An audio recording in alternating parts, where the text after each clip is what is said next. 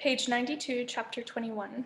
Luke could hear someone crashing through the woods behind him, but he didn't look back. He'd run into the darkest part of the woods, and it took all his concentration to dodge the tree limbs that seemed to reach down out of nowhere. In fact, if Luke really wanted to terrify himself, he could think of those tree limbs as witches' arms, ghouls' fingers. He wasn't used to running through woods at night. Back home, when he'd gone outside after dark, it had mostly been for catching lightning bugs in the backyard, playing moonlight kickball with his brothers. Innocent fun. He'd been so young back then, back home. He forced himself to run faster, but whoever was behind him seemed to be catching up. Luke zigzagged because he'd read once that was how rabbits escaped their predators. Then he slammed into a tree. He screamed in pain and reeled backwards. A dark shape pounced. Before he knew it, Luke was pinned to the ground. Luke remembered another time he'd been tackled. The first time he'd crept into Jen's house. He'd made a noise, and the next thing he knew, she had him face down in the carpet, and they'd become friends. This wasn't Jen.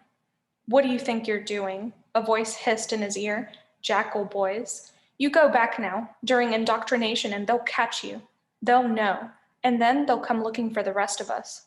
Indoctrination? Luke guessed that Jackal Boy meant the evening lecture. The name made sense. The lecture was always about how wonderful the government was, but Luke hadn't even thought about what he was running toward. He was just running away. "Who will catch me?" he asked. "The only ones who watch are the hall monitors, and they all report to you, right?" "You got it," the Jackal Boy said. He sounded pleased. "I worked hard getting up that system. The teachers didn't like hall duty anyway, and now, you can get away with anything, can't you?" Luke asked, "unless I tell." He didn't know what possessed him to make that threat. Maybe it was just habit. After 12 years of being the youngest brother, he knew the power of tattling, and he knew how easily it could backfire. "Make you a deal," Luke said quickly. "Let me up, and I won't go back now. Answer some questions for me, and I won't tell. I'll keep your secrets." Jackal Boy seemed to be considering. Finally, he said, "Okay." Luke scrambled up and pulled away. He rubbed the side of his face. He wasn't sure if it was sore from hitting the tree or from being slammed against the ground. His hand came away wet. "I'm bleeding," he said accusingly. "You'll have to hide it," Jackal Boy said. "Are you good at hiding?" Luke shrugged away the question. He knew Jackal Boy was really asking something else, but Luke wasn't ready to answer. "What's your name anyway?" Luke asked. "Which one?" Jackal Boy asked. "If you look at the school records, I'm Scott Renault. Out here, I'm Jason." "One of those names is fake," Luke said. Somewhere in the woods, an owl hooted. Luke waited. Finally, Jackal Boy answered softly, "Yes." "Your friends all have fake names too," Luke said. "Yes." No hesitation. "You're all third children who have come out of hiding with fake ID cards," Luke said. "Ex-nays," Jackal Boy said. "Is that what that means?" Luke asked. "You didn't know?" Jackal Boy asked. "Where have you been all your life?" Luke decided not to answer that question either. "And fawn rolls," he started. "Are any third children hiding or not?" "Why does everyone at school call each other those names?" Luke asked. "Does everyone here an ex-nay?" In the dark, Luke could barely see Jackal Boy shaking his head. "Haven't kids called each other ex-nays and fawn rolls at the other schools you've been to? All the other places you've ever lived? Some say in the beginning the government paid people to use fawn roll and ex-nay as swear words, on TV and stuff. Then those words were forbidden in public broadcast, which just meant that people used them more in private. They wanted to make sure that everyone thought of third children as terrible." Luke wondered why Jen had never told him about that. "Maybe I've never been to any other schools," Luke said cautiously. He'd said, maybe. He could still deny everything if he wanted. Jackal Boy laughed, open-mouthed. His teeth glinted in the moonlight. "Why don't you just come out and admit it?" he asked. "You're an ex-nay too. I know it." Luke dodged the question.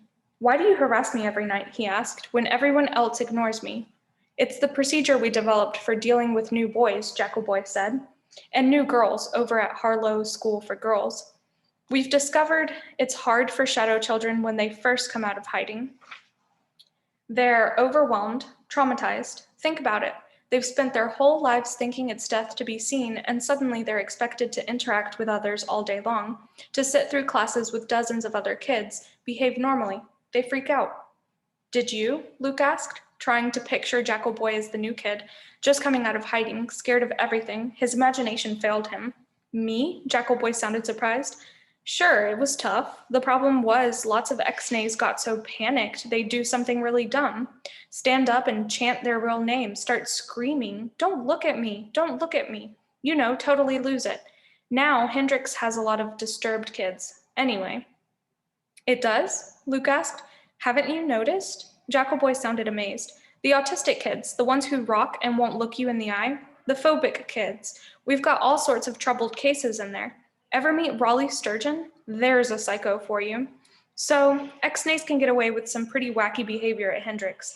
But the population police still got in a few good raids. That's why a lot of us ex-nays got together and planned it all out.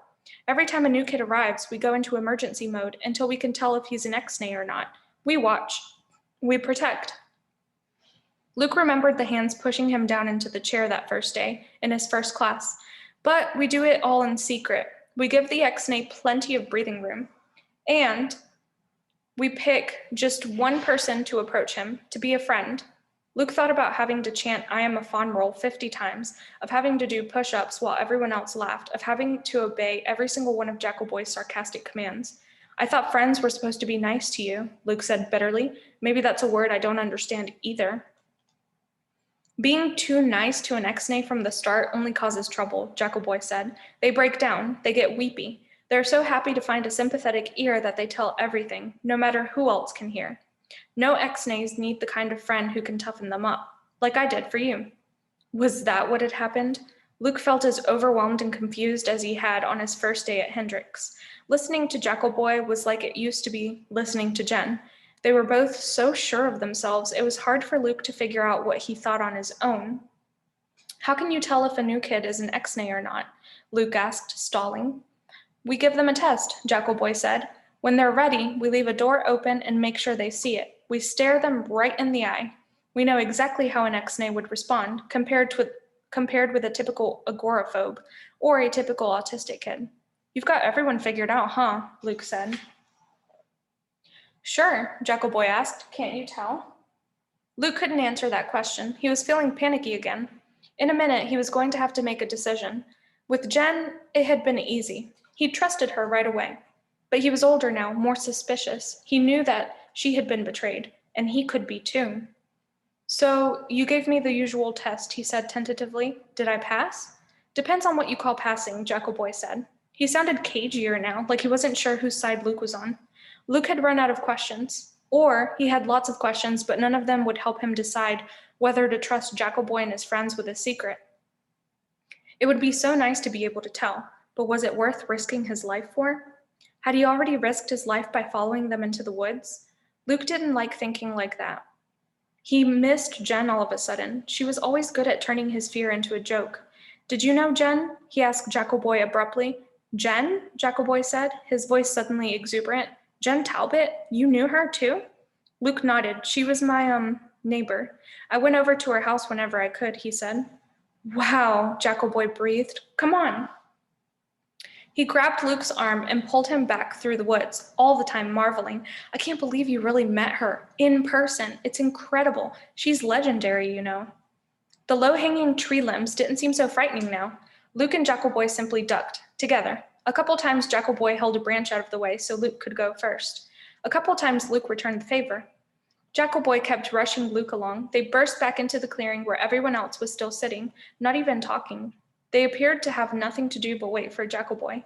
Listen, you all, Jackal Boy announced. This is unbelievable. He knew Jen. He went to her house and everything.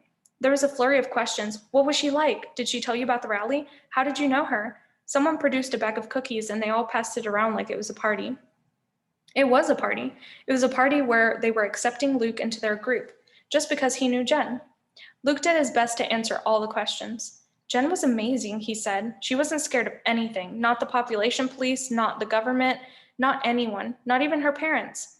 Luke thought about how strange it was that Jen's father worked for the population police. Mr. Talbot was like a double agent, trying to keep third children instead of killing them. But he hadn't been able to prevent his own daughter's death. He just barely managed to keep the population police from finding out that she had been his daughter. Luke didn't want to talk about Jen's death, just her life. She spent months planning the rally, he said. It was her statement. I deserve to exist. We deserve to exist. She wanted as many third children there as possible. Out of hiding. She thought the government would have to listen. She took everyone to the steps of the president's house. Luke remembered the fight they'd had when he'd refused to go, and how she'd forgiven him. He stopped talking, lost in grief. The government killed everyone at the rally, Nina finished for him. Luke nodded blindly. He couldn't ignore Jen's death. He choked out. Jen was a true hero. She was the bravest person I'll ever know. And someday everyone will know about her. The others nodded solemnly. They know how I feel, Luke marveled. And then, in spite of his grief, he felt a shot of joy. I am one of them. I belong. After that, somehow, he was able to tell happy stories about Jen. He had the whole crowd laughing when he described how Jen had dusted for his fingerprints the first time he'd gone to her house. She wanted to make sure I was... Luke hesitated. He had been about to say another shadow child like her, but that wasn't how he wanted to reveal his secret. Just letting it slip out like it didn't matter. He finished lamely. She wanted to make sure I was who I said I was. So, Jackal Boy said, lounging against a tree. Who are you anyway? What's your real name, Lee? Luke looked at the circle of faces surrounding him. Jackal Boy's question had silenced the laughter. Or maybe it was Luke's sudden stammering. Now everyone was watching Luke expectantly. An owl hooted somewhere deeper in the woods, and it was like a signal. Finally, it was time to tell. Luke started, but the words stuck in his throat. All those nights he'd whispered his name, all those times he'd longed to speak his name aloud, and now he couldn't. Some of the dry cookie crumbs slid back on his tongue, and he started coughing, choking. One of the other boys had to pound him on the back before Luke got his breath back. Lee Grant, Luke said, as soon as he could speak again. His urge to confess was gone. My name is Lee Grant. Sure, Jackal Boy kidded him. Whatever you say. And then Luke felt foolish. Jackal Boy had revealed his real name. Why couldn't Luke reveal his? Because, Luke thought with a chill, I didn't decide to belong. Jackal Boy decided for me. Chapter 22. Belonging to Jackal Boy's group made all the difference in the world. It began that night. Luke didn't have to creep back from the woods by himself, praying nobody noticed. He went with the others, as part of the crowd. They strutted down the hall, not even trying to be quiet. What if someone hears? Luke ventured. Who cares? Jackal Boy replied. Indoctrination's almost over. If there are any teachers around, they'll just think we left early to man our hall monitor posts. They were in a brighter end of the hall now. Jackal Boy got a good look at Luke's face and whistled. You really did get all bloody. Come on, I'll take you to the nurse. Jackal Boy led Luke to an unfamiliar office, one he'd seen only once before, when he was searching for windows. My friend walked into the wall, coming out of indoctrination, Jackal Boy told the woman who answered the door. Stupid, huh? Can you give him a bandage? My, you boys, you never look where you're going, the woman fussed. She was old and wrinkled, like the pictures Luke had seen of grandmothers. She puttered around getting antiseptic and gauze and tape. Then she dabbed at Luke's cheek with a wet cloth. This is an awfully rough abrasion. Which wall did you run into, dear? Jackal Boy saved Luke from having to answer. Oh, he didn't get bloody from the wall, Jackal Boy explained. He kind of bounced off the wall and fell down. Then he scraped his face on the carpet. Someone might have kicked him by mistake, too. Luke's mother would have listened to an excuse like that and then said, okay, now, what really happened? But this woman only nodded and sked a little more.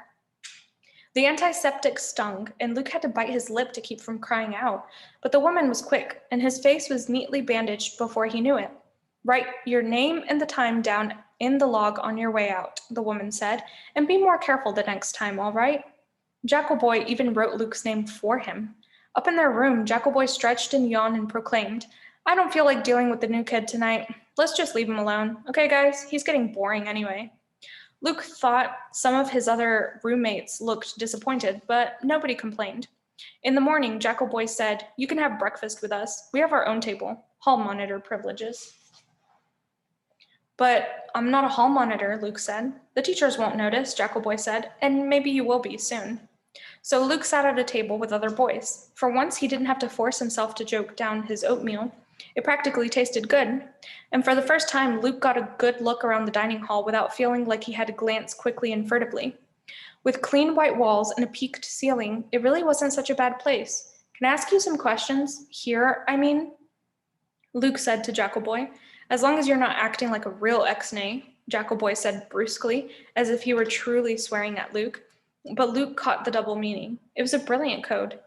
Why is this school like this? Luke began. I mean, with no windows, and the strange boys, and the teachers who don't seem to notice us unless we do something wrong. And even then, they just say, two demerits. I don't even know what that means.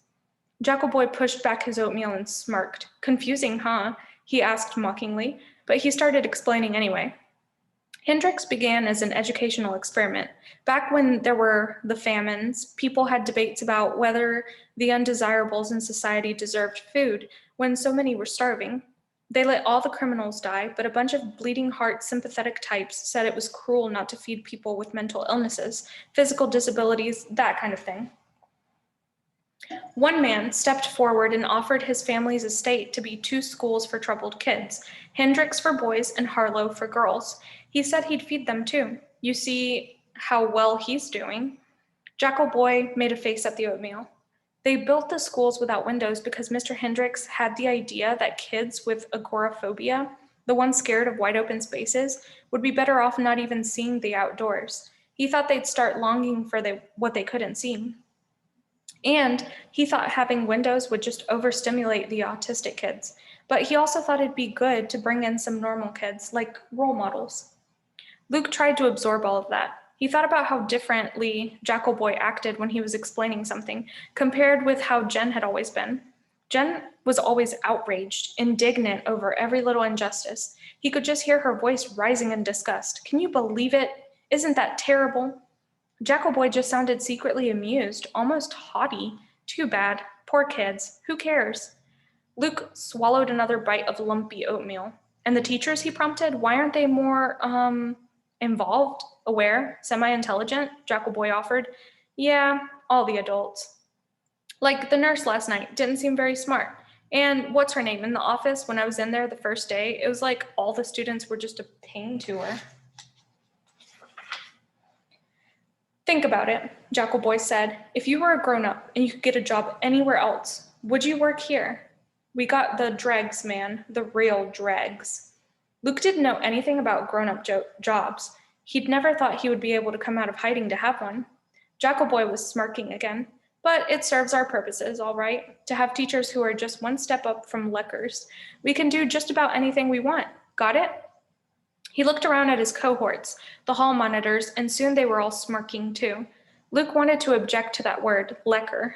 Just because someone came from the country, that didn't make him dumb, did it? Something else bothered Luke too. But I wanted to learn a lot at Hendrix, he said, math and science and how to speak other languages. I've been here a month and I haven't learned a thing. I don't even know if I'm going to the right classes. I wanted to... He broke off at the last minute because he remembered he couldn't talk about being an ex-nay. He couldn't say that he wanted to learn everything he could to help make third children legal again. Jackal Boy was laughing anyway. Oh, right, we're all here to learn, he said, rolling his eyes. This made his friends laugh too. Just stick close to me, Jackal Boy continued. That's how you learn what you need to know. Forget the classes.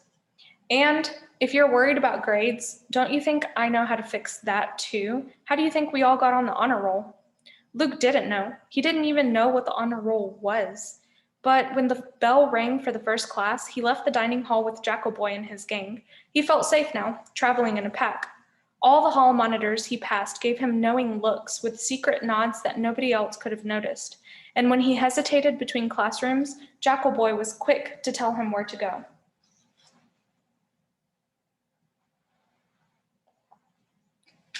Chapter 23.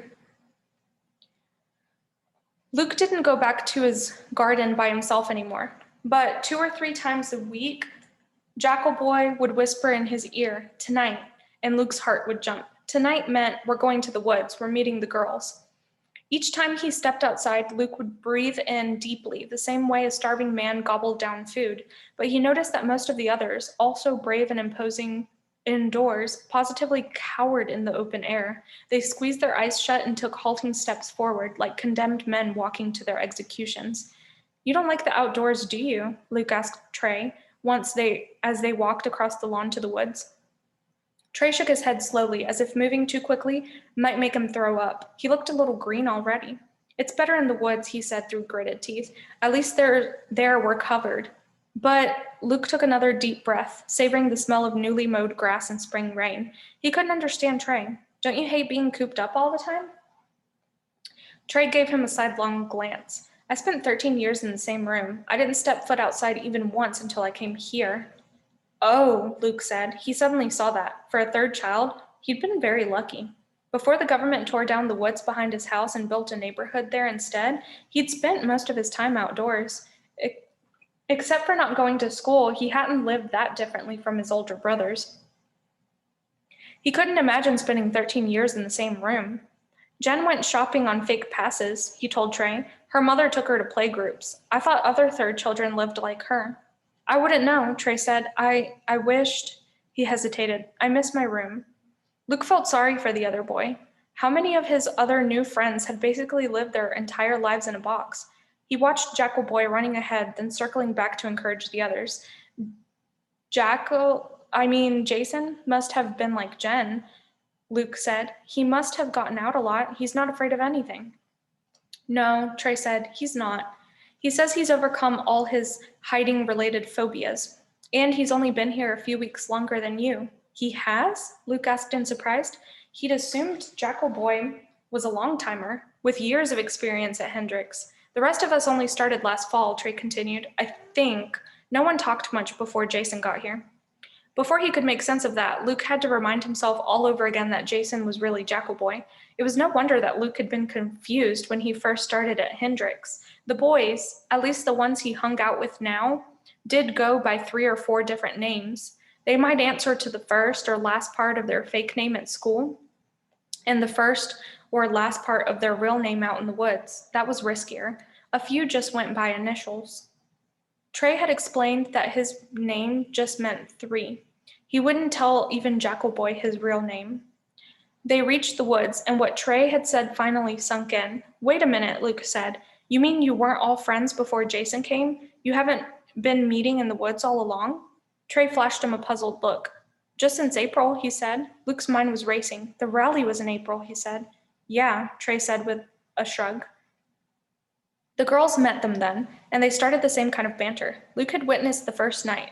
It sounded different to Luke now, not as if they were all worldly in experience, but as if they were reading lines in a play, pretending to talk to each other, the way normal boys and girls talked. Nina made jokes about how stupid boys were, and Jason made fun of the girls. Luke watched the faces of the ones who were quiet. They all looked scared. What's this meeting for? Luke asked suddenly. Jason turned to look at Luke in surprise. Why, we're planning ways to resist the government over the population law, to follow up the rally. The rally, Nina echoed wistfully. Luke's heart beat fast. This was what he'd wanted. He'd wanted to do something brave like Jen. It would be like apologizing to her for not going with her, for doubting her. But could he be as brave as Jen, without dying too? How, he demanded. How are we going to resist? Nina and Jason looked at each other. Well, that's what we're deciding, Nina said, just like a boy asking dumb questions. But they didn't decide anything that night. They just joked around some more, made a game of guessing one boy's real name, and headed back to their schools. Jason pulled Luke aside as they stepped back into the school building. Not everyone's as ready as you, he said. You've got to give the others time. As long as they're trembling in their shoes every time they step outside, they'll never make good subversives. Luke was flattered. It made sense. Okay, he said. Jason playfully punched Luke's arm. Knew you'd understand. Hey, you ready for finals? Finals, Luke asked. You know, next week, end of term tests, Jason said. You pass, you get out of here. You fail, you're stuck for life. Luke stopped short. Oh no, he breathed. Jason laughed. Scared you, huh? Remember, you stay on my good side. I'll make sure your parents get to look at a brilliant report. I'm not even going to the right classes, Luke said, panic coursing through his veins. And I can't ask anyone now. It's been too long. I'll find out for you, Jason said, laughing again. He was already halfway down the hall.